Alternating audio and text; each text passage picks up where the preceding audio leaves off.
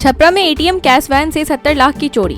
छपरा जिले नगर थाना क्षेत्र में शुक्रवार को पीएनबी की कैश वैन से 70 लाख रुपए की चोरी कर ली गई। बताया जा रहा है कि वैन खड़ा करके सभी कर्मी आईसीआईसीआई बैंक में रुपए निकालने चले गए। इस बीच जब लौट कर आए तो वैन से रुपए गायब मिले। इस मामले में पुलिस ने तत्काल कैश वैन की सुरक्षा में तैनात कर्मी समेत 4 लोगों को हिरासत में ले लिया है और उनसे पूछताछ की जा रही है। पीएमएफएमई योजना में बिहार सबसे अव्वल, देश में पहला नंबर। प्रधानमंत्री सूक्ष्म खाद्य उद्योग उन्नयन योजना के सफल क्रियान्वयन और अधिक से अधिक संख्या में इससे लोगों को जोड़कर लाभ दिलाने में बिहार ने देश भर में पहला स्थान हासिल किया है। अब तक यहाँ 10,296 आवेदकों को लोन देने की स्वीकृति दी जा चुकी है। इनमें 6,579 इकाइयों को ऋण मिल भी चुका है। यह कुल वितरण का 63% है। दरअसल पीएमएफएमई केंद्र सरकार की एक प्रमुख योजना है। पाकिस्तान से तनाव के बीच बिहार में सिविल डिफेंस को मजबूत करने की पहल। भारत पाक तनाव के बीच विकास आयुक्त सह आपदा प्रधान विभाग के अपर मुख्य सचिव प्रत्यय अमृत ने आपात स्थिति से निपटने की तैयारियों की समीक्षा की। बैठक के बाद उन्होंने कहा कि ब्लैकआउट की मॉक ड्रिल पूरे राज्य में कराई जाएगी। सिविल डिफेंस स्वयंसेवकों की संख्या बढ़ाई जाएगी। अभी यह संख्या 2000 है। सिविल डिफेंस स्वयंसेवक में एनसीसी, एनएससी, स्काउट गाइड, आपदा मित्र को भी जोड़ा जाएगा। आम लोग भी स्वेच्छा अनुसार इसमें जुड़ सकते हैं।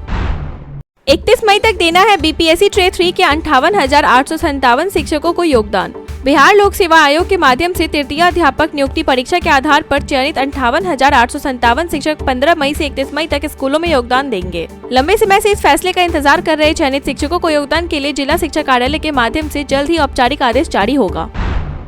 पाक से तनाव के बीच क्या बोले पप्पू यादव। पहलगाम हमले के जवाब में भारतीय सेना के ऑपरेशन सिंदूर के बीच भारत और पाकिस्तान में तनाव चरम पर है। इस बीच बिहार की पूर्णिया से निर्दलीय सांसद पप्पू यादव ने भारत सरकार से पाकिस्तान अधिकृत कश्मीर वापस लाने की अपील कर दी है। सांसद ने कहा कि यह बेहतरीन मौका है, भारत अब पीओके लेकर ही माने। उन्होंने कहा कि वैश्विक समुदाय को डेलीगेशन भेजकर भारत सरकार को उन्हें अपने पक्ष में करना चाहिए।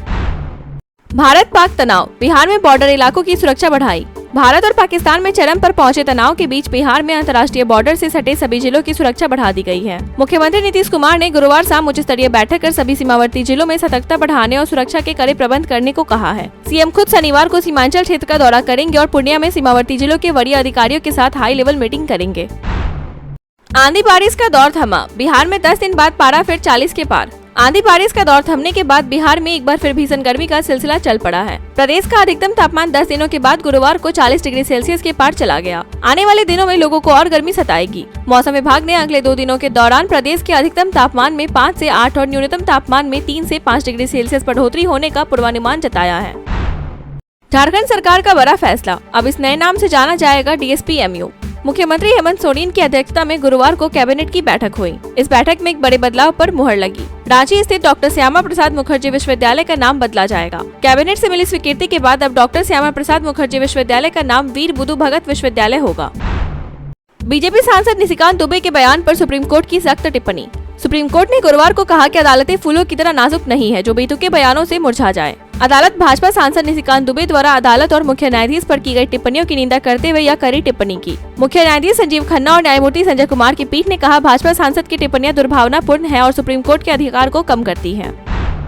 जेएमएम भी उतरेगा बिहार के चुनावी मैदान में। झारखंड विधानसभा चुनाव में जीत से उत्साहित झारखंड मुक्ति मोर्चा अब बिहार में भी चुनाव लड़ने की तैयारी कर रहा है। अभी हाल ही में जेएमएम नेता और झारखंड के मुख्यमंत्री हेमंत सोरेन को पार्टी का अध्यक्ष बनाया गया है। झारखंड मुक्ति मोर्चा आगामी बिहार विधानसभा चुनाव में 12 से 15 सीट पर लड़ने की तैयारी कर रहा है। पार्टी के एक पदाधिकारी ने बृहस्पतिवार को यह जानकारी दी। Thank you so much for watching this video. Don't forget to like, comment, share and subscribe.